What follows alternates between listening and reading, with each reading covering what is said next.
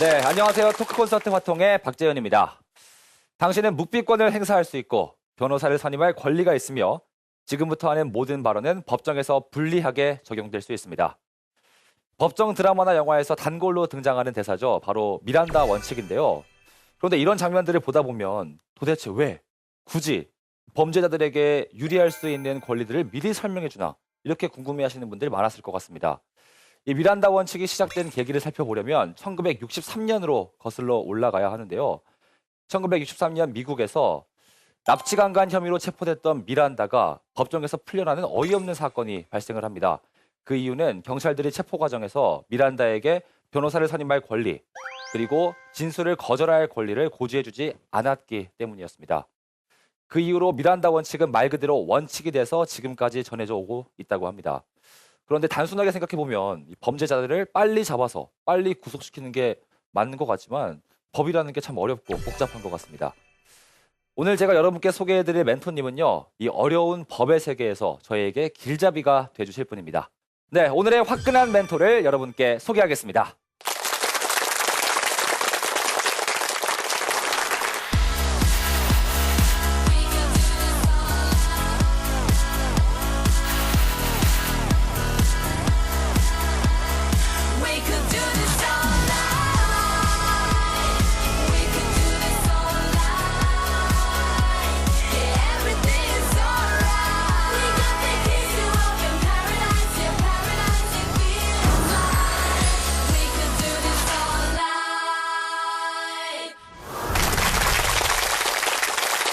네, 오늘의 화끈한 멘토, 법학자 최승필 교수님 모셨습니다. 반갑습니다. 네, 안녕하세요. 네, 사실 이 법이라고 하면 굉장히 딱딱한 이미지를 생각하는데 저는 깜짝 놀랐습니다. 굉장히 곰 같으시고 유하셔서. 감사합니다. 네, 법학자는 도대체 어떤 일을 하는 건지 궁금하거든요. 좀 설명해 주시죠. 가장 중요한 게 법에 대해서 연구를 하고 가르치는 일인데요. 일단 변호사라든가 판사라든가 검사는 현업에서 개별적으로 일어나는 사건들을 처리하기에 바쁘고요. 학자들은 그간에 내려졌던 판결에 대해서 법리적으로 분석을 하기도 하고, 법학 이론 교육을 통해서 판사, 검사, 변호사를 양성하기도 하고, 또 앞으로 입법을 어떻게 할 것인가에 대해서도 관심을 갖고 있기 때문에 입법 절차에도 참여해서 좋은 법을 만드는 데 기여하기도 합니다. 네. 제가 좀 뒷조사를 해보니까 독일에서 이 법학뿐만 아니라 경제학까지 또 전공을 하셨다고 들었습니다. 아니 되게 다재다능하신데 이런 법은 또 어디 있습니까? 너무 엄치는 아니십니까? 전혀 그렇지 않고요. 네. 너무너무 평범했고요. 경제학을 할 수 있게 된 건 운이 좋아서가 아닌가 하는 생각합니다. 저는 지극히 평범합니다. 네, 겸손한 모습 잘 봤고요.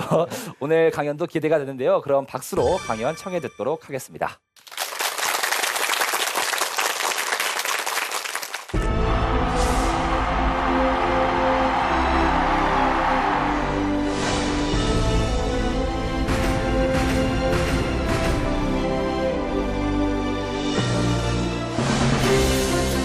기회는 평등할 것입니다. 과정은 공정할 것입니다. 결과는 정의로울 것입니다.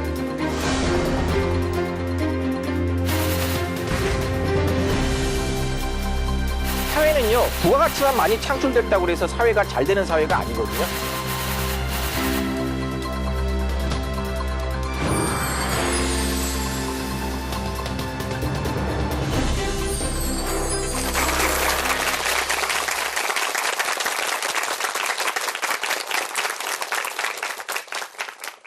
오늘 여러분들에게 말씀드릴 내용은 불균형 사회에서의 균형의 조건입니다. 법적인 측면, 법과 제도적인 측면에서 불균형 사회와 균형의 조건을 말씀드릴 건데요. 사실 좀 걱정이 되는 게 법학이라는 게 아무리 재밌게 말해도 결코 재미있을 수가 없는 분야입니다. 이렇게 굉장히 이렇게 드라이하다고 할까? 굉장히 딱딱하고 메마른 분위기죠. 법학이라는 게. 그래도 여러분들이 또 그렇다고 해서 법은 싫은 거니까 나하고 상관없는 거야 라고 할 수는 없습니다. 왜냐하면 여러분들은 법에 의해서 정해진 룰에 따라서 우리 또 사회가 움직이고 있고 그 사회 속에서 살고 있기 때문에 따라서 여러분들이 반드시 또 아셔야 되는 부분이고요. 그래서 가급적 오늘은 어렵지만은 가급적 쉽게 여러분들에게 좀 설명을 드릴까 합니다.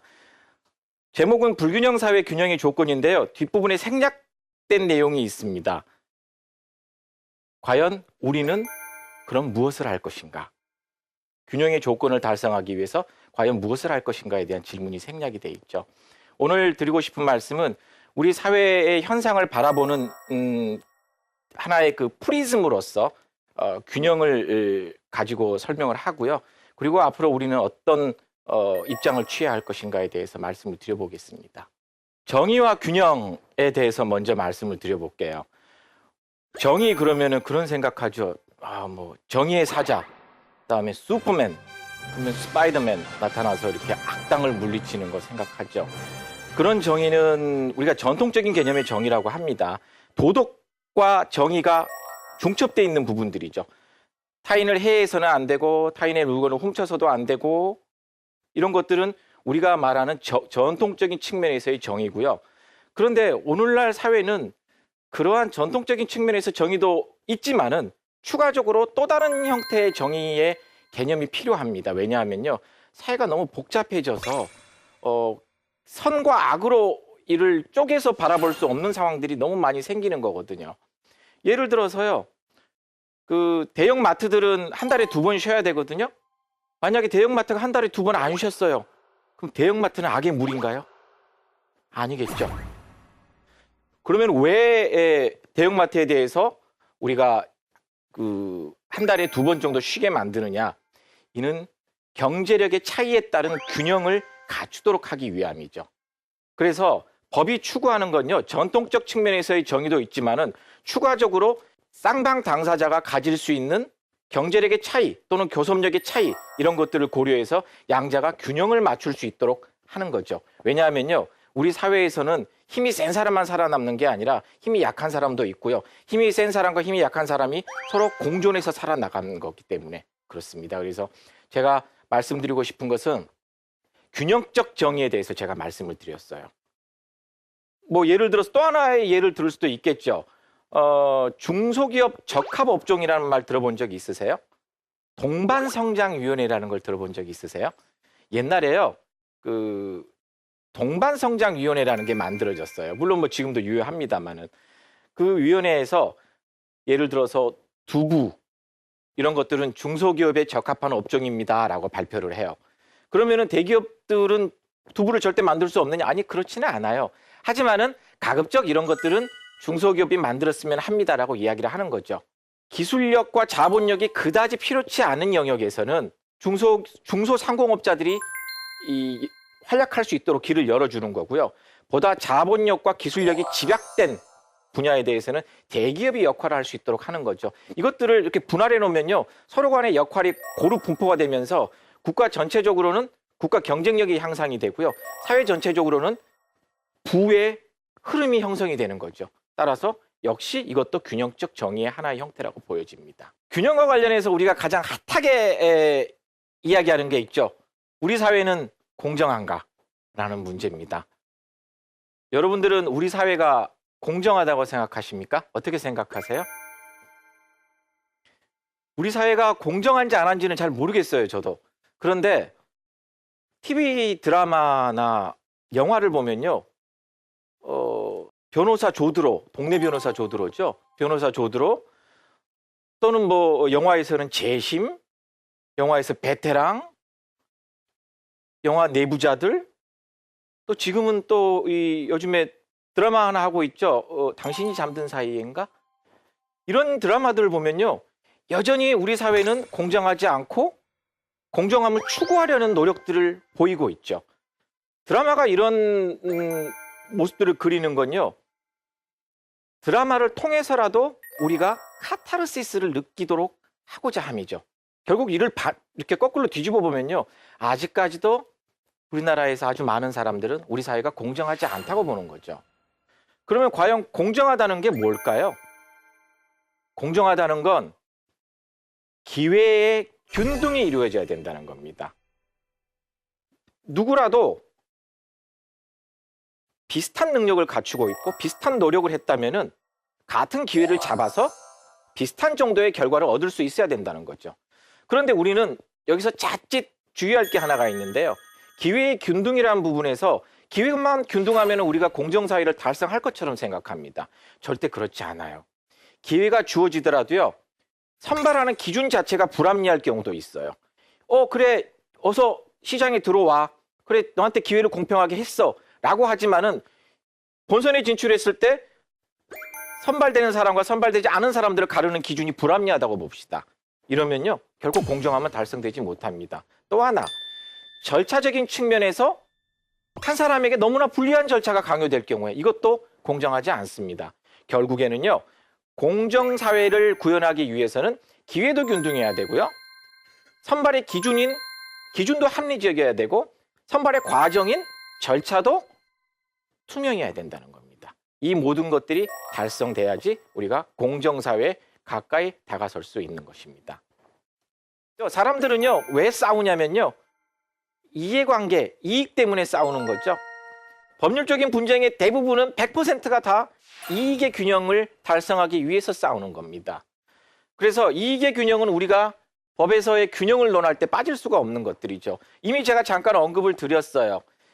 대기업과 중소기업의 관계, 대형마트와 전통시장과의 관계. 이 두 관계를 놓고 우리는 다른 말로 이런 이야기를 하죠.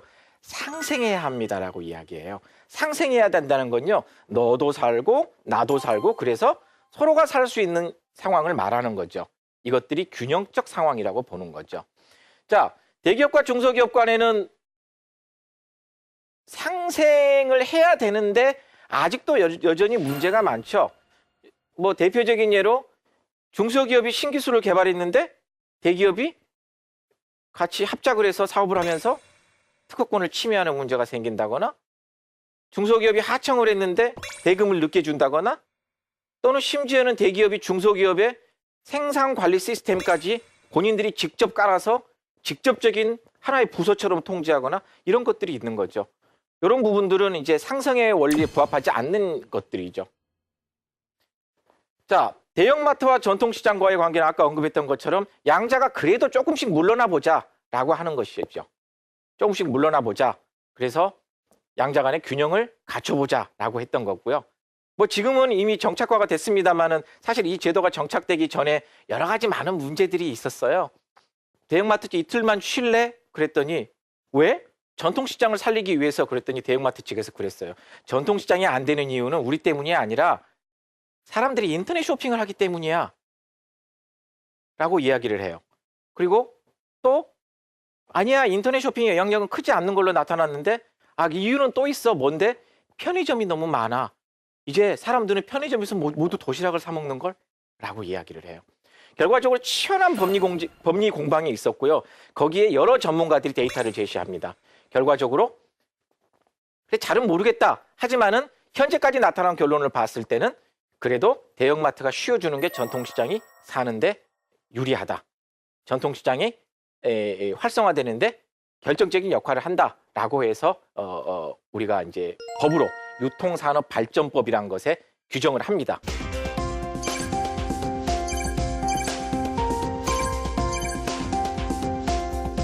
법으로 규정하는 순간 강제적인 의무가 부과되고 이를 위반하는 순간 제재 조치가 따르게 됩니다. 그래서 법은요, 균형을 이루기 위한 가장 최후의 수단입니다. 뭘 더 좋은 건요, 법으로 정하기 전에 사회 내부적으로 스스로의 아주 좋은 관행들, 우리가 good practices라고 이야기하는데 좋은 관행이 성립되면 더욱 좋겠지만은 그게 이제 아주 그 선진국 있잖아요. 우리가 소위 아주 잘 사는 선진국에서는 시민교육이 발달이 돼서 그런 부분들이 좀 발달돼 있는데 아직은 우리나라가 그런 정도의 시장의 관행이 형성되기는 좀 어렵고요. 우리나라는 여전히 법의 역할이 중요합니다. 기업과 노조의 균형도 중요하죠. 기업가는요, 노동시장이 좀 탄력적이었으면 좋겠어요. 일단 필요한 근로자들을 새로운 신기술을 받아들인 근로자들을 수시로 데려다 쓸 수 있고요. 또 새로운 분야에 진출했을 때 또 필요한 근로자들을 기존에 있던 자리에서 옮겨서 전직시켜서 또 활용할 수도 있고요. 그래서 노동의 유연성을 강조할 수밖에 없어요. 왜냐하면 노동의 유연성은요, 결국에는 새로운 부가가치의 창출과 연결이 되기 때문이죠. 그래. 그러면 기업이 잘 살 수 있도록 우리가 노동시장의 탄력성을 발휘하도록 하자라고 해요. 그런데요, 근로자들은 모두 다 누군가의 아버지고 누군가의 어머니고 누군가의 형이고 누군가의 동생이에요. 특히나 근로자가 가사를 책임지고 있을 때는요, 노동시장의 탄력성만을 우리가 추구한다면은 생활의 생존권을 침해하는 문제가 생길 수가 있어요.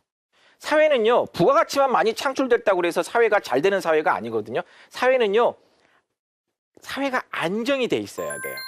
먹고 사는 데 있어서 그다지 어려움이 없는 상황이 돼야지 사회가 안정이 돼요. 따라서 양자는 균형을 이루어야 돼요. 그래서 노동시장의 탄력성과 고용의 안정성을 어떻게 추구할 것인가에 대해서 우리는 끊임없이 논의를 합니다. 노동조합이 기업들과 끊임없는 공방을 벌이는 것도 이런 그 고용의 유연성과 노동시장 고용의 유연성과 근로의 노동의 안정성, 양자 간의 균형을 찾기 위한 것들이죠. 그런데 또 하나의 문제가 있어요. 어느 순간부터 우리 사회에 비정규직이 너무나 많이 늘어났어요. 원래 취지는요, 미국식의 어떤 그 계약직 근로자들, 미국식의 노동시장이 굉장히 탄력적인 계약직 근로자들을 써서 우리도 노동시장의 유연성을 확보해보자라는 측면이었었는데 이것들이 잘못 받아들여진 거예요. 무슨 말이냐면요, 미국은요, 계약을 해요. 그래서 계약을 한 2년 단위로 계약을 하고 또는 뭐 4년 단위로 계약할 수도, 계약 기간은 뭐 계약하기 나름이니까 일정 기간 동안 계약을 하고요. 성과가 좋으면은 계약을 연장해요. 그래서 아주 오랫동안 있을 수도 있고 또 짧게 있을 수도 있어요. 대신 그 사람이 계약 기간이 끝나서 실업자가 되잖아요. 그러면은 굉장히 잘 구비되어 있는 실업보험에서 다른 직장을 얻을 때까지 커버를 해줍니다. 그리고 또 다른 직장을 얻는 것도 대단히 쉬워요. 제가 미국에서 교환교수 생활을 할 때 친하게 지냈던 사람이 있었는데 한국 교민인데 어느 날 실업자가 됐대요. 근데 여행을 떠나더라고요, 가족들끼리. 그래서 제가 제정신인가 싶었는데 뭐 여행도 잘 갔다 왔어요. 그래서 제가 물어봤어요. 가능해? 그랬더니 실업급여에 다 커버가 되고 또 바로 또 취직을 했어요, 또. 그런데 우리나라는요, 일단 한번 해고가 되잖아요. 근로관계가 종료가 되면요, 다음번에 취직하기가 너무 어려워요. 따라서 양자 간의 시스템의 차이가 있음에도 불구하고 우리는 한쪽 면만 바라보고 노동시장의 유연성만 바라보고 비정규직을 대폭 늘린 거죠. 그래서 정규직과 비정규직 간의 균형을 찾는 것도 중요한데요. 조금 약간 또 이상한 현상들이 생기기 시작하죠. 노동조합 내에서도 정규직과 비정규직의 차별이 시작되기 시작한 거예요. 귀족노조가 있는 반면에 노동조합에서 조차도 소외받는 비정규직 근로자들이 생기기 시작한 거죠. 이거 역시도 우리가 관심을 가져야 되는 부분입니다. 균형의 관점에서. 사실 이런 부분들은 우리가 별로 관심을 갖지 않았던 사각지대에 놓여 있는 것들이죠. 자, 권력의 균형에 대한 이야기를 말씀을 드려볼게요. 견제와 균형이라는 checks and balances라는 말인데요. 몽테스키에라는 분 아시죠? 삼권 분립을 주장하신 분이죠. 입법, 행정, 사법권은 분리돼야 된다라고 이야기를 했죠. 굉장히 놀라운 사고를 하신 거예요, 그분은. 그분의 생각에는요, 권력이 모아졌을 때는 반드시 부패하고 남용될 수밖에 없다고 생각한 거예요. 이와 비슷한 주장을 했던 분이 미국 헌법의 아버지인 제임스 메디슨이라는 분이 계세요. 그분은요, 한 권력이 다른 권력을 장악할 때 우리의 자유는 축소될 것이며 독재가 나타날 것이다라고 이야기를 합니다. 따라서 힘의 균형을 정치 체제에서 또는 국가 체제에서 힘의 균형을 달성하는 건요, 종국적인 목적이 어디에 있냐면요, 우리의 자유를 확보하는 데 있습니다.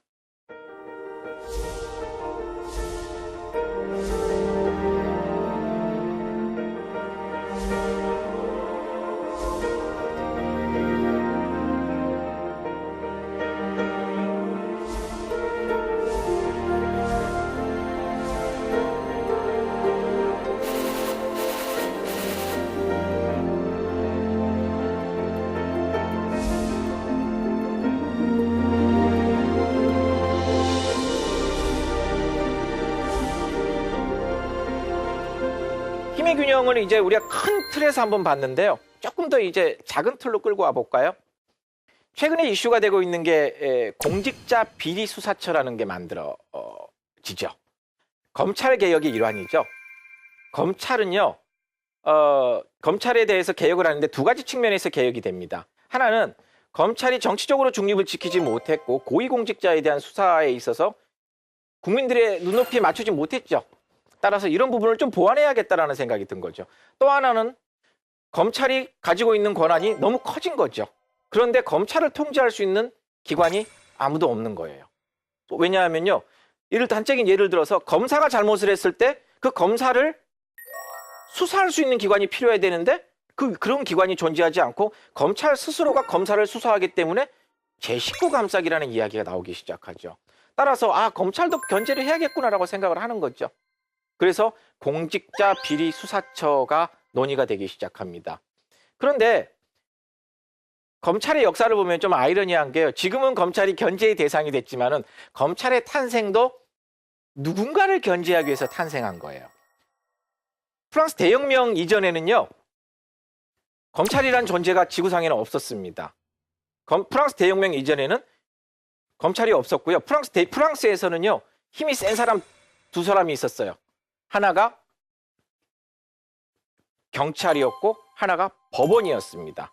경찰은요, 치안과 질서 행정을 담당했고 법원은요, 오늘날 검찰이 했던 권한의 일부, 소위 수사, 재판, 수사, 형의 집행까지, 그다음에 원래 법원의 고유 영역인 재판을 담당하는 역할을 했죠. 두 개가 힘이 너무 세서요, 이 두 조직을 견제를 해야겠다라고 생각해서 새롭게 만들어진 조직이 검찰입니다. 그런데 검찰을 만들어놨는데 검찰이 너무 커진 거죠. 이제 견제하기 위해서 만들어낸 검찰이 이제 누군가의 견제를 받게 되는 상황이죠. 이것들의 이 메커니즘 속에는 모두 다 힘의 균형을 이루려는 것이고요. 종국적인 목적은 우리의 자유를 보장하기 위한 것들이죠. 균형적인 판단을 해야 되는 조직이 하나가 있습니다. 뭐 하나는 아니겠네요. 몇 개가 있죠. 물론 그 조직이 아무리 균형적인 사고를 갖추고 있다고 하더라도 외부의 압력이 들어오면은 아무리 균형적인 사고를 갖추고 있다 하더라도 외부의 압력에 굴복할 수밖에 없습니다. 그러한 조직이 누구냐면요. 대표적인 예를 들면요. 한국은행입니다. 우리가 중앙은행이라고 부르는 거죠. 시중에 돈이 막 돌아다녀요. 그래서 주머니에 돈이 막 두둑해지고요. 사람들이 막 모여서 이제 술도 마시고 밥도 먹고 여행도 다니고 너무 좋아요. 그때 선거가 딱 있어봐요. 그러면은 그 당시에 정권을 잡고 있었던 사람들이 잡고 있는 사람에게는 많은 표가 갈 겁니다. 왜냐? 돈이 마구 돌아서 정말 좋거든요, 살기가. 그런데요, 문제는 그거예요. 선거에 즈음해서 돈을 막 풀잖아요. 그런데 선거 당시에는 경제는 좋지만은 선거가 끝나고 나면요, 이 풀린 돈이 인플레이션을 만든다는 거예요. 돈이 너무 많이 풀려서요. 옛날에 떡볶이가 1,000원에 한 접시 사 먹을 수 있었던 게 돈이 너무 많이 풀리니까 사람들은 가격을 올리기 시작하죠. 그래서 떡볶이가 2,000원이 되는 거예요. 그 정도면 아무런 문제가 아니겠죠. 이제 부동산 가격이 원래 1억 했던 게 하룻밤 자고 났더니 2억이 되는 수가 생겨요. 그러면 누구의 손해일까요? 다 우리들의 손해겠죠. 따라서 돈을 정치로부터 분리시켜야 되고 돈에 대한 정책을 수립하는 데 있어서 균형적 시각을 확보해야 됩니다. 그러기 위해서는 법으로 아예 독립성을 부여합니다. 그래서 한국은행은 독립성을 가지고 있는 조직입니다. 이런 비슷한 조직들이 이제 공정거래위원회, 또 금융위원회, 우리가 이런 것들을 보고 금융위원회나 공정위를 보고 독립규제행정청이라고 이야기합니다. 그런데 독립을 시켜놓으면요, 어떤 문제가 생기냐면요, 아무도 터치할 수가 없어요. 자기 마음대로 권한은 부릴 수가 있어요. 이 경우에는요, 어떤 문제가 생기냐면 조직의 이기주의가 발생하기 시작합니다. 그리고 권한은 있는데 책임을 지지 않는 풍조가 발생하게 되고 내부적으로 스스로의 우월감에 빠지게 되는 문제도 생깁니다. 엘리트주의에 빠지기도 하고요. 따라서 이러한 또 독립을 시켜놓은 조직을 또 균형 있게 끌고 가줘야 되는 장치가 또 필요합니다. 그래서 그 장치가 뭐냐면은 우리가 성명 의무라고 부르는 건데요. 국민에 대해서 인터넷을 통해서 나는 뭘 했어요. 이번에 정책은 이렇게 했어요. 정책 회의 결과 이렇게 됐어요라고 공개하고 국회에 나가서 보고를 하고 국정감사를 받고 감사원 감사를 받고 이런 일들을 하는 거죠. 따라서 스스로의 내부 조직이 균형의 법리에서 벗어나지 않도록, 균형의 원리에서 벗어나지 않도록 그 자체적으로 또 균형을 유지하는 장치를 마련해 두는 거죠. 다음에 지방과 중앙의 균형에 대한 이야기입니다.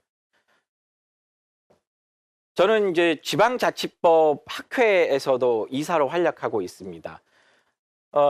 중앙과 지방의 균형 문제는 오늘날 대단히 중요한 문제입니다. 왜냐하면요, 우리나라의 경우에는 과도하게 서울에 모든 것이 몰려 있는 형태입니다. 상대적으로 지방에는 서울에 비해서 상대적으로 낙후됐죠. 여러 가지 인프라라든가 기타 또 지방자치단체가 갖고 있는 권한도 마찬가지입니다. 따라서 중앙과 지방의 권한을 어떻게 배분할 것이냐. 이제 지방도 지방 스스로의 자기의 지역 특성에 맞게 발전할 수 있는 계기를 마련해 줘야 되지 않겠냐. 그리고 지방 주민들이 스스로가 우리가 원하는 게 뭔지를 구현해야 되지 않겠느냐라는 측면에서 지방 분권이라는 것이 강조되기 시작합니다. 지금 국회에서 개헌안 만들어지고 있는데요. 그 개헌안의 핵심적인 요소 중에 하나가 지방 분권입니다. 그런데 지방의 분권을 시키기 위한 노력들은 과거부터 있어 왔습니다. 그래서 많은 권한들을 지방에 이양을 했어요. 근데 문제가 있어요. 권한은 이양이 됐는데요. 재원이 이양이 안 된 겁니다. 지방자치법에 보면요. 쭉 우리가 이런 것들은 지방의 사무로 합니다라고 규정해 놔요. 근데 아무리 규정을 해놔도요. 돈이 없으면은 아무것도 할 수 없습니다. 그래서 지방자치단체에 대해서 재원도 이전해 주세요라는 주장들이 많이 나오기 시작합니다. 그래서 지방과 중앙의 균형을 갖는 것도 매우 중요한 포인트다라는 점을 말씀드리고 싶습니다. 그런데 지방자치제도가 발전하기 위해서 한 가지 제가 첨언하고 싶은 부분이 뭐냐면요. 지방자치제도에 대해서 우리가 그다지 신뢰하고 있지 않다는 거예요. 우리가 막 사람들을 만나보면요. 아, 지방자치제도 해야 돼요라고 이야기해요. 하는데 막상 지역 주민들을 만나보면요. 당신이 살고 있는 지방자치단체는 일을 잘하고 있나요? 라고 하면 대다수의 사람들이 부정적인 이야기를 합니다. 이유는 뭘까요? 우리는요. 중앙 정치에 대해서는 대단히 잘 알고 있어요. 정치인 누구가 이런 말을 했대. 아, 나쁜 사람. 이런 말을 했대. 아우, 좋은 사람. 누가 이랬대. 다 잘 알고 있어요. 그런데 정작 구청장이 뭐 있는가에 대해서는 아무런 관심이 없어요. 시장에 뭐 있는가에 대해서 아무런 관심이 없어요. 여러분들 생각해 보세요. 여러분들 지금 살고 계시는 구의 구청장 함자 아세요? 그런데요. 중앙정치의 웬만한 정당의 국회의원 이름은 다 알고 있어요. 우리 스스로도 별로 관심이 없다는 거예요. 그런데요. 우리 스스로가 관심이 없으면요. 우리에게 관심이 두어지지 않는 곳에서는 이익을 쫓고자 하는 사람들이 자기의 이익을 구현할 수가 있습니다. 편파적으로, 편향적으로 권력이 남용될 수도 있고요. 따라서 중요한 건요. 지방자치제도를 발전시키기 위한 토대는요. 우리 스스로가 깨어 있어야 된다.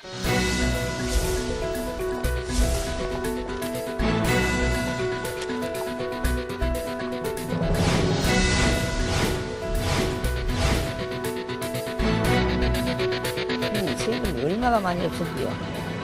그러나요? 창피하기도 하고 이게 이제 국민으로서 앞으로 이런 일이 또다시 일어나서는 안 되겠다는 거예요. 우리 어렸을 때 이솝 우화인가요? 그렇죠? 거북이하고 토끼가 시합을 해요. 아이러니하게도 시합의 종목은 달리기였어요.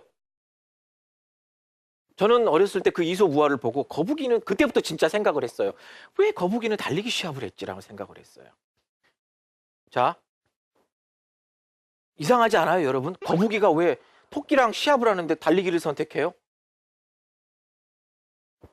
문제는요, 여기에 있습니다. 거북이가 을이었다는 거예요. 거북이는요, 게임의 종목을 선택할 수 있는 교섭력이 없었어요. 여러분 생각해 보세요. 결과는 내용 그 우화 속의 결과는 그거예요. 가다가 토끼가 잤어요. 거북이는 꾸준히 갔어요. 그래서 성실하면 너는 성공할 수 있어를 알려주는 거죠. 자, 생각해봐요, 여러분. 막 달리기 하고 있는 토끼가 갑자기 졸려서 잘 확률이 얼마나 될까요? 거의 한 1% 되나요? 이건요, 어차피 정상적인 경우에서는 이길 수 없는 게임을 한 거고요. 거북이는 그 게임의 룰을 받아들인 거예요. 이건 토끼는 갑이었고요. 거북이는 을이라고 추정할 수밖에 없는 구도예요. 우리 사회가 이런 경우들이 있다는 거죠. 공사를 주는 업체와 공사를 받는 하청업체, 또는 권력을 가지고 있는 사람과 권력을 가지고 있지 않는 사람, 이런 관계들이 갑과 을의 관계를 형성하면서 균형을 상실하는 거죠. 여기에 핵심은 힘이 균형적이지 못한다는 거죠. 그래서 이런 것들을 막기 위해서 우리는 법을 만들기 시작하죠. 그래서 공정거래법에 보면은 불공정거래 행위, 뭐 대표적으로 예가 이런 게 있어요. 백화점에 납품하는 어느 기업체가요, 백화점에 대해서 좋은 브랜드였겠죠. 우리가 이거 납품할 테니까 우리 걸 판매하는 직원들의 월급은 백화점 당신들이 주세요라고 이야기를 해요. 그러면서 자기 직원을 파견하는 경우들. 이런 경우들은 안 되겠죠. 자, 그래서 갑과 을의 균형도 힘의 균형의 측면에서 중요하다. 저는 첨언하자면은 사실은 저는 좀 갑과 을이라는 단어를 안 썼으면 좋겠어요. 좀 예쁜 말로 바꿨으면 좋겠어요. 뭐 갑은 사랑, 을은 존경, 뭐 이 정도. 우리 갑과 을 너무 삭막하지 않나요? 갑과 을. 뭐 갑자기 연인이 만났는데 이하 당신하고 나는 갑과 을로 서로 칭한다. 이상하죠? 규제의 균형에 대한 말씀을 드려볼게요. 규제 그러면요, 우리는 규제가 엄청 나쁜 거라고 생각해요. 사실 규제는요, 그렇게 나쁜 애는 아니에요. 왜냐하면요, 시장이 최초에 형성이 됐을 때 이 시장에서 불량식품 팔지 말아요 라고 하는 것도 규제가 될 수 있고요. 시장은 여기까지니까 이 선을 넘어오지 말아요 라고 하는 것도 도로교통을 안전을 확보하기 위한 규제일 수도 있어요. 근데 규제의 역할은 원래 그렇게 나쁜 건 아니었어요. 근데 규제가 불필요하게 과도하게 센 경우, 또는 규제가 필요함에도 불구하고 규제가 없는 경우, 이런 문제들이 생기면서 이제 규제의 문제가 생긴 거죠. 자, 규제를 우리가 바라볼 때 오해하지 않아야 될 부분들이, 규제는 원래 나쁜 것이 아니라는 점 하나, 두 가지가 뭐냐면, 규제의 목적은 본질적으로 이익과 위험의 균형을 달성하기 위한 거라는 거죠. 예를 들어서요, 가습기 살균제 사건이 있었잖아요. 우리가 화학물질 관리에 대해서 규제를 전혀 안 했다고 봅시다. 그러면요, 아마 우리 주위에서 아주 많은 화학물질로 인해서 사고들이 빈번할 거예요. 결국 화학물질에 대해서 규제를 했기 때문에 그래도 우리가 화학물질로부터 안전할 수 있다는 거예요. 그러면 핵심은 뭐냐면요, 본질은 역시 화학물질을 만들어낸 기업의 이익과, 또는 그로 인해서 피해를 받지 않도록 보호하려는, 또 위험의 방지를 하려는, 시민의 안전을 보호하려는 또 다른 이익과의 양자의 균형을 선택하는 거고요. A라는 규제보다는 B라는 규제를 선택했을 때 같은 규제 효과를 달성할 수 있음에도 불구하고 왜 새로운 규제에 대해서는 생각을 안 해보느냐, 이런 것들이 우리가 논의될 수 있겠죠. 우리 사회는요, 이익을 얻는 이익도 배분도 균형을 갖춰야 되지만은 부담도 균형 있게 해야 됩니다. 자, 배분의 균형, 누구에게 줄 것인가의 문제, 이 부분은 문제는 세대 간 갈등의 문제와도 연관이 됩니다. 우리나라의 노인 연령층들이 계속 늘어나고 있어요. 2035년에는요, 약 노령층들이 700만 명이 될 거랍니다. 그런데요, 젊은 층들은 점점 줄어들고 있어요. 1984년 이전에 매년 인구 증가, 태어나는 사람들이요 70만 명이었어요. 근데 지금은 30만 명 수준이래요. 그러면요, 노인 인구는 이만큼 증가하는데 노인 인구를 부양해야 되는 젊은 세대는 점점 줄어드는 거죠. 따라서 우리는요, 어떻게 배분할 것인가에 대해서 고민하지 않을 수가 없습니다. 배분의 균형 문제를 고민해야겠죠. 근데 이제 그러다 보니까 서로 간에 또 의견이 충돌이 돼요. 청년들에게 수당을 줍시다 이렇게 나오면 포퓰리즘이다 라고 이야기해요. 어르신들에게 수당을 줍시다, 이건 복지다 라고 이야기해요. 어떤 건 포퓰리즘이고 어떤 건 복지죠? 이러다 보니까 서로 간에 이제 시각이 다른 거예요. 여기에서도 우리는 균형을 이룰 필요가 있다는 거죠. 자, 그런데 간과할 수 없는 현실이요. 노인 인구가 증가하면서 또 추가적으로 우리나라가 안고 있는 특별한 상황들이 있어요. 우리나라가요. 노인 빈곤율이 OECD에서도 상위권 수준이고요. 노인 자살률은 더 상위권 수준입니다. 노인 빈곤율이 너무 높아요. 따라서 노인들에 대한 복지의 문제에 있어서는 우리가 좀 더 많은 배려를 할 수밖에 없는 것이 현실입니다.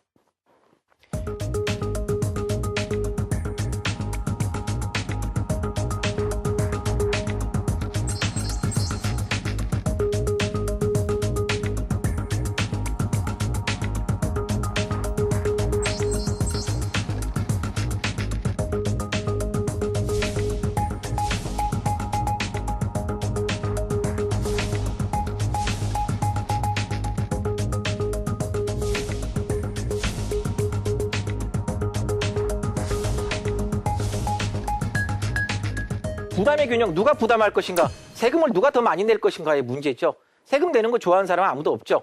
그러다 보니까 소득세를 계속 올려요. 그러니까 사람들이 그러는 거죠. 야, 소득세 너무 많이 올라가는 거 아니야? 못 내겠다. 이렇게 나오는 거죠. 법인세를 올려볼까?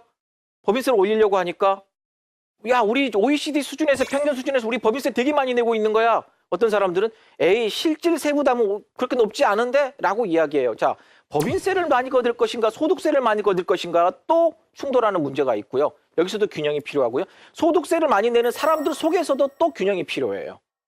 여기에 추가적으로 우리가 정부가 또 힘써야 될 부분이 뭐냐면은 세금을 탈루하는 사람들의 문제예요. 자, 블라인드 선발에 대해서 말씀을 드려볼게요. 정부가 6월 달에 블라인드로 선발하겠다고 그랬어요. 공공부문의 채용을. 그랬더니 저는 별로 반발이 없을 걸로 생각을 했는데 엄청나게 많은 반발이 있었어요. 자, 외모가 나타나는 사진 붙이는 거 하지 맙시다. 그럼 다들 인정을 해요. 자, 출신지 하지 맙시다. 다들 인정을 해요.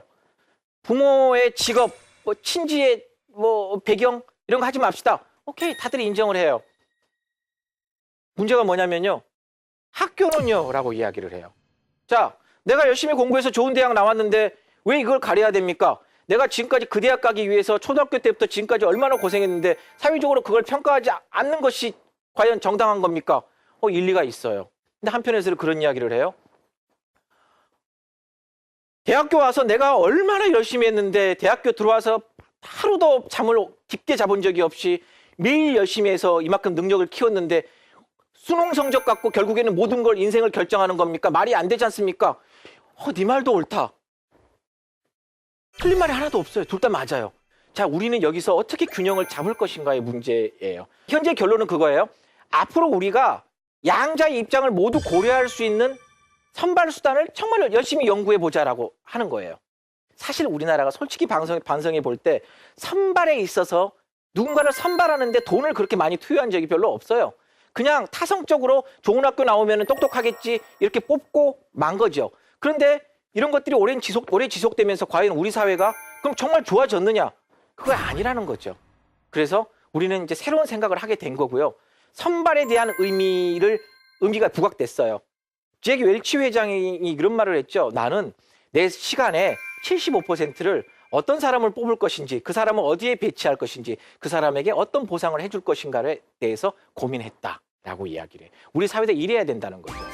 하지만 일단은 당장 그래도 학력이 미치는 부작용이 너무 크고 따라서 적어도 민간 부분은 아니더라도 공공 부문에서만큼은 일단 제도를 시행한다. 그리고 시험을 통해서 선발을 해보겠다. 우선적으로. 따라서 시험에서 일단은 시험이야 모든 게 공정하잖아요. 시험을 통해서 선발하고 그래서 이후의 면접은 블라인드로 간다라고 하는 거죠. 우리는 사람들에게 모두 다 불균형하다고 이야기를 하면서도 본인 스스로는 균형적이라고 생각해요. 그런데 대체적으로 모든 사람들은 나는 균형적이라고 생각해요. 만약에 모두가 우리가 대체적인 사람들이 균형적이라면요. 우리는 단기적으로는 불균형했어도 이미 장기적으로 우리는 균형 사회에 살고 있어야 된다는 거죠. 그럼에도 불구하고 우리 사회가 균형적이지 않다는 것은 우리가 별로 균형적이지 않을 수가 있어요. 또 다른 건 우리가 균형적인데 우리가 방관자였을 가능성도 있습니다. 따라서 우리 젊은이들은요, 앞으로 우리 사회 주역입니다. 앞으로 우리 사회에서 가장 오래 살아나가야 될 사람들이고 우리 사회를 만들어 나가야 될 사람들입니다. 제가 보기엔 여러분들은 비교적 균형적인 시각에 가까이 다가가고 있다고 생각합니다. 그렇다면 여러분들은 방관자일 가능성이 더 높습니다. 그런데 여러분들은요, 시시한 방관자에 그칠 존재가 아닙니다. 왜냐하면 우리 사회의 주역이고 우리 사회를 만들어 나가는 사람들이기 때문입니다. 자, 우리 사회를 앞으로 어떻게 만드실 겁니까? 바로 여러분들의 과제입니다. 이상 마치겠습니다.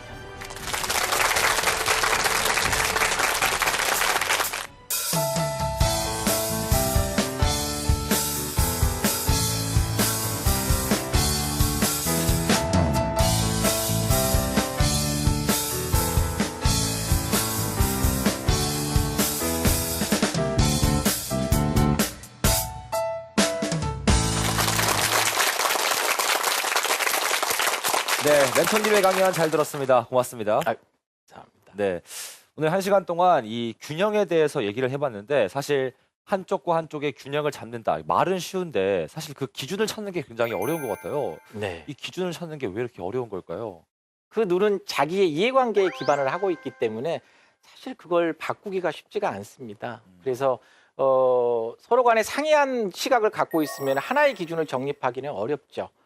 그래서 기준을 찾는 일이 그렇게 또 어려운 일인 것 같습니다. 네, 그래도 이 균형, 기준에 가까이 가기 위해서 어떤 과정을 거쳐야 완벽한 균형은 아닐지라도 거기에 가까이 다가갈 수 있을까요?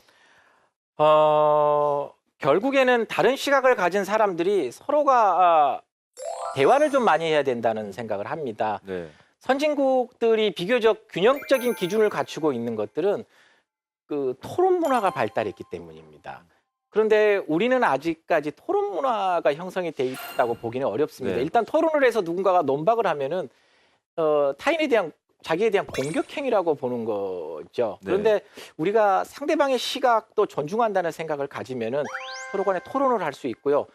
보다 많은 사람들이 참여해서 집단적인 토론이 이루어지고 집단적인 공감대가 이루어진다면 그것들은 보다 균형에 가까운 기준으로 작용할 수 있을 거라고 생각합니다. 네. 이 인천 초등학생 살인 사건, 또 부산 여중생 폭행 사건, 이 소년들의 범죄가 날로 심각해지고 있는데요. 일각에서는 이 소년법을 좀 강화해야 된다, 이런 주장이 있는 것 같습니다. 법학자로서 어떻게 생각하시는지 궁금합니다. 네, 저도 소년법을 강화해야 한다고 생각을 네. 합니다. 그런데 강화하는 것과 더불어서 우리가 조금 고려해야 될 부분이 이제 우리가 교육의 문제는 많이 이야기합니다. 근데 이제 장기적으로는 교육이 필요하겠지만은 단기적으로 또 필요한 부분들이 학교에서 그러한 폭력 행위가 있었을 때의 학교 측의 대응이 네. 또 우리가 대응을 점검해 볼 필요가 있습니다. 모 중고등학교에서는 폭행을 당한 사실이 있습니까를 공개적으로 조사한 경우도 있고요. 그럴 경우에는 절대로 누군가가 이야기하지 않겠죠. 네. 그리고 누군가가 이야기를 해도 그 처리 절차가 굉장히 이렇게 잘 정교하게 짜여져 있지 않아서요. 결과적으로 자기가 폭행을 당했다고 이야기하는 학생이 또 다른 학생에게 또 다시 피해를 입는 그런 경우가 반복되고 있고요. 그리고 그 피해 학생을 구제하는 제도와 또 가해 학생을 징계하는 제도가 서로 연관이 안 되게 돼 있습니다. 그러다 보니까 피해 학생과 가해 학생이 또다시 같은 학교에 같은 반에 같이 있게 되는 문제가 생기는 네. 거죠. 그래서 장기적으로는 교육의 문제지만 단기적으로는 소년법을 강화하고 학교 측의 대응도 리뷰할 필요가 있고요. 전 추가적으로 그 가해 학생의 부모에 대한 책임도 부과를 할 필요가 있다고 생각합니다. 미국의 경우에는 그런 입법례가 있기도 합니다. 네. 또 사실 법이라고 하면 이 전체를 대변한다기보다는 우리나라에 한해서는 아직도 이 소수 권력자를 대변한다, 이런 시각이 좀 네. 많은 것 같습니다. 이런 시각들이 이렇게 팽배하게 된 게 현실을 좀 반영한 게 맞는 거겠죠? 그렇죠. 네. 아무래도 여기 계시는 젊은 분들이 국회에 더 가까울까요? 아니면은 힘이 있으신 분들이 국회에 더 가까울까요? 결국에는 입법하시는 분들과 가까이 있을 수 있는 분들이 영향력을 더 많이 발휘하겠죠. 네. 따라서 근데 여러분들 위치를 반드시 다시 한번 인식하셔야 됩니다. 여러분들 유권자들이거든요. 따라서 우리가요 법을 만드는 과정에 참여할 수 있는 길들은 대단히 많이 열려 있습니다. 그래서 그런 과정들에 여러분들이 적극적으로 참여할 필요가 있고요. 시민 참여적인 제도들도 또 마련이 돼 있고, 그래서 그런 부분들의 젊은 세대들이 참여가 필요하다고 생각합니다. 네. 또 멘토님의 저서 이 법의 지도 이게 굉장히 딱딱한 법을 쉽게 최대한 풀어내려고 노력하신 것 같은데 책 소개를 좀 해주세요.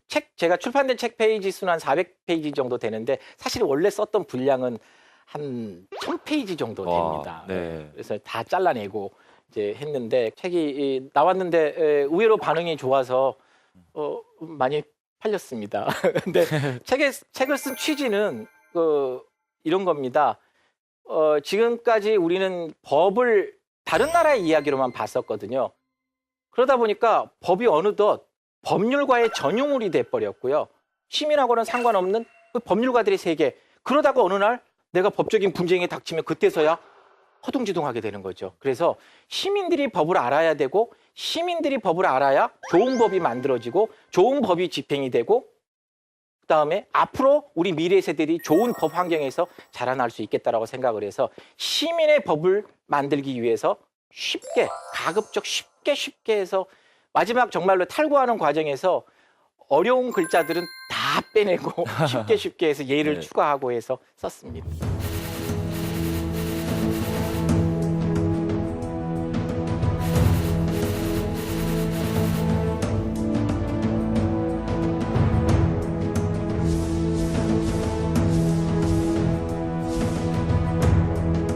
법의 지도를 보니까 전 김영남 대법관님이 이거 축사를 써주셨더라고요. 네. 이름이 나와서 하는 말인데 네. 김영란법에 대해서는 어떻게 생각하시는지 궁금합니다.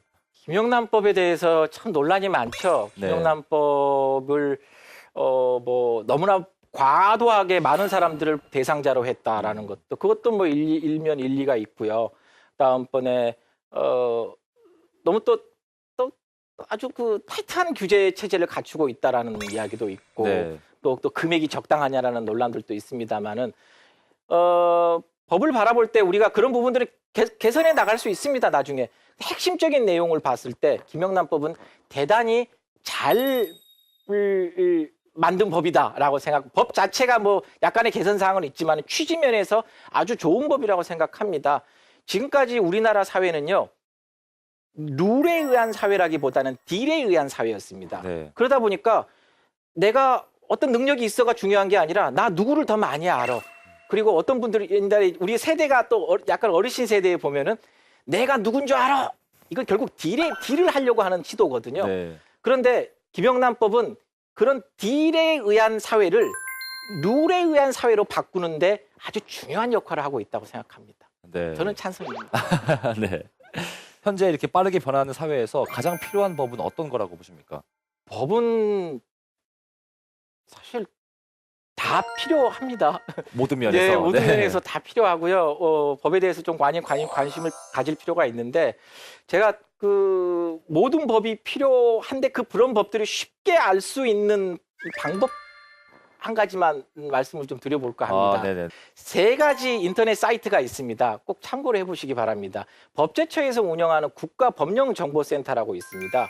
거기에는 여러분들이 살고 있는 지방자치단체 조례까지 헌법부터 조례까지 모든 정보가 다 들어 있습니다. 네. 그다음에 2번째가 대법원에서 운영하는 대법원 종합법률정보센터입니다. 거기에는요 대법원에서 판결한 판례 또는 하급법원 판례라도 매우 중요한 판례를 모두 다 놔뒀습니다. 그래서 여러분들이요 예를 들어서 환경 문제가 여러분들에게 직접적인 소송 사건이 있어요. 뭐 알아보고 싶어요. 대법원의 입장은 어땠는지. 왜냐하면 선행 판례를 따르도록 돼 있거든요. 그래서 환경을 치면요 환경에 관련된 대부분의 주요 판결들이 쭉 나옵니다. 네. 그래서 여러분들이 자주 활용하실 수 있고요. 마지막 하나가 국회에서 운영하는 의안 정보 시스템이라고 있습니다. 거기를 보면요 법안이 누가 발의를 했고 법안을 발의하는 과정에서 회의 과정에서 어떤 것들이 논의가 됐고 그 회의에 논의된 내용이 어떻게 반영이 됐고 그래서 최종적으로 이 법이 만들어졌습니다. 라고 모든 경과를 볼 수 있는 사이트거든요. 그래서 그 경과를 보게 될 경우에 어떤 법 조항이 있는데 이걸 어떻게 해석해야지 라고 애매모호할 때는 최초의 국회에서 그 법을 어떤 의도로 만들어지는지를 봐야겠죠. 따라서 그 사이트도 되게 좋은 사이트입니다. 이 세 가지 이 사이트를 추천을 해봅니다. 그러면 여러분들이 이 사이트를 이용해서 법에 조금 더 가까이 다가설 수 있지 않을까 하는 생각이 듭니다. 네. 이번에는 저희 방청객분들의 시간입니다. 질문 있으신 분은 말씀해 주세요. 네. 우리가 평소에 모르고 지나치지만 알아두면 유용한 법들이 혹시 있을까요? 뭐 기본적으로 일단 뭐 주택 임대차 보호법은 알아야 되겠고요. 음. 고용에 관련된 법을 알아야 되겠고요. 다음번에 일상에서 일어나는 사소한 분쟁을 해결할 수 있는 법들, 소위 뭐 분쟁 조정에 관한 법이라든가 이런 정도는 알고 있어야겠죠. 일반 시민이 그 이상까지 관심을 갖기에는 사실 쉽지는 않습니다. 하지만은 내 의식주의 문제를 빗대어 보면은 첫 번째, 내가 입는 것은 뭐 그다지 뭐 법에 크게 관련된 것들이 많지 않으니까 먹는 거, 식품위생법은 알아야겠군요. 도대체 먹거리들이 얼마나 안전하게 관리되고 안전하게 만들어지는지. 두 번째, 주택 임대차 보호법, 아까 말씀드렸던 거, 의식주에서 그거 만들어지고 이제 고용, 일단은 일을 해서 먹고 살아야 되니까 고용에 대한 부분. 그 다음에 내가 늙어지면은 연금도 받아야 되니까 연금 관련된 복지 관련된 법률들, 이 정도가 될 것 같습니다. 네. 무엇보다 관심을 가지는 게 법에 더 도움을 받는 그런 계기가 될 수 있을 것 같습니다. 네. 카카오뱅크를 편리하게 사용하고 있는데 어떤 법 때문에 서비스 개발이 어려워진다고 들었는데 어떤 상황인지 궁금합니다. 인터넷 전업은행이라고 이야기하죠. K뱅크나 네. 카카오뱅크를 네. 이야기하는데 그 은행들이 원래 투자자들이 있거든요. 투자자들이 있는데 K뱅크의 투자자는 KT고요. 카카오뱅크의 투자자는 카카오예요. 근데 그 투자자들이 일정 부분 이상을 투자를 못하게 만들어 놓은 거예요. 왜냐하면요, 대주주가 될 경우에는 그 은행에 대해서 영향력을 행사해서 대주주가 마음대로 그 은행에 예금돼 있는 돈을 싼 값에 대출받아서 쓸 수 있는 위험성이 있다고 본 거죠. 네. 그런데 그것들은 이제 물론 인터넷 전업은행에 원래 해당됐던 문제는 아니고요. 원래 이런 걸 보고 우리가 은산분리, 은행과 산업자본을 분리하자는 원칙이 있었어요. 은행법에 규정이 된 건데요. 그래서 과거에 우리나라 재벌 기업들이 은행에 대해서 많이 투자를 하게 되면은 재벌 기업들이 어려워졌을 때 원래 대출을 받으려면은 뭐 대출 이자율이 3%인데 자기가 대주주인 은행에서 한 1%에 받는 거예요. 이건 공정한 게임이 아니라는 거죠. 이런 것들을 방지하기 위해서 과도한 영향력을 발휘할 수 없도록 지분 투자를 제한해 놓은 거예요. 그게 은산분리인데 어떤 문제가 생겼냐면은 카카오뱅크나 K뱅크처럼 인터넷 전업은행이 만들어졌는데 그 지분 제한이 계속 유지가 된 거예요. 그러다 보니까 새롭게 인프라도 구축해야 되고 이러는데 돈을 투자할 사람들이 동기부여가 안 되는 거예요. 내가 뭔가 네. 영향력을 발휘할 수 있고 내가 조금 더 투자를 하려면 내가 지분도 많이 가지고 있어야지 애착도 가질 건데 지분 투자를 하려고 보니까 제한을 시켜놓고 그런데 지분 투자를 안 하니까 결국은 개발도 잘 안 되고 그래서 학생이 질문했듯이 그런 이제 의문들이 나오기 시작한 거죠. 그래서 요즘에 논의되고 있는 것들은요. ICT 분야에서만큼 좀 풀어주자라고 이야기를 합니다. 그래서 ICT 분야는 위험성도 있고 또 선발주자고 거기에 대해서 또 어떤 리스크를 안고 들어왔던 면도 있고 따라서 일정 부분의 혜택은 줘야 되지 않느냐라는 것이고요. 그래서 그 은산분리 원칙에 좀 탄력성을 둬야 될 것이다라는 입장이 있습니다. 또 반대의 입장에서는요. 일반 시중은행들도 인터넷 뱅킹이 얼마나 잘 돼 있는데 그러면 여기만 이렇게 해주면 일반 시중은행들은 역차별 아니냐 이런 주장도 나옵니다. 하지만은 그래도 앞으로의 핀테크가 새롭게 우리가 육성해야 될 분야기도 하고 이런 부분을 고려한다면은 우리가 좀 규제의 탄력적 운영이 필요한데 그렇다고 해서 일거에 이렇게 다 풀어주는 것보다는 단계적으로 어느 정도까지 풀어줄 경우에는 어떤 지분권의 남용도 막으면서 또 투자도 이루어질 수 있는 수준인가를 잘 서서히 단계별로 한번 실험을 해보자라는 큰 로드맵을 가지고 있는 게 필요하겠죠. 네. 오늘 함께 해주셨는데 어떠셨나요? 너무 좋았습니다. 이렇게 젊은이들에게 제가 가지고 있는 생각을 나눠줄 수도 있었고요. 젊은이들에게 앞으로 무슨 일을 해야 할 건지, 젊은이들에게 과연 어떤 과제가 있는지도 알려줄 수 있어서 되게 좋았고요. 특히나 긴 시간 동안 단 한 차례도 집중력을 떨어뜨리지 않고 이야기를 들어주셨던 여러분들에게 깊은 감사의 인사를 전합니다. 네. 토크 콘서트 화통 저희가 준비한 순서는 여기까지입니다. 오늘 고생해주신 멘토님께 큰 박수 부탁드립니다.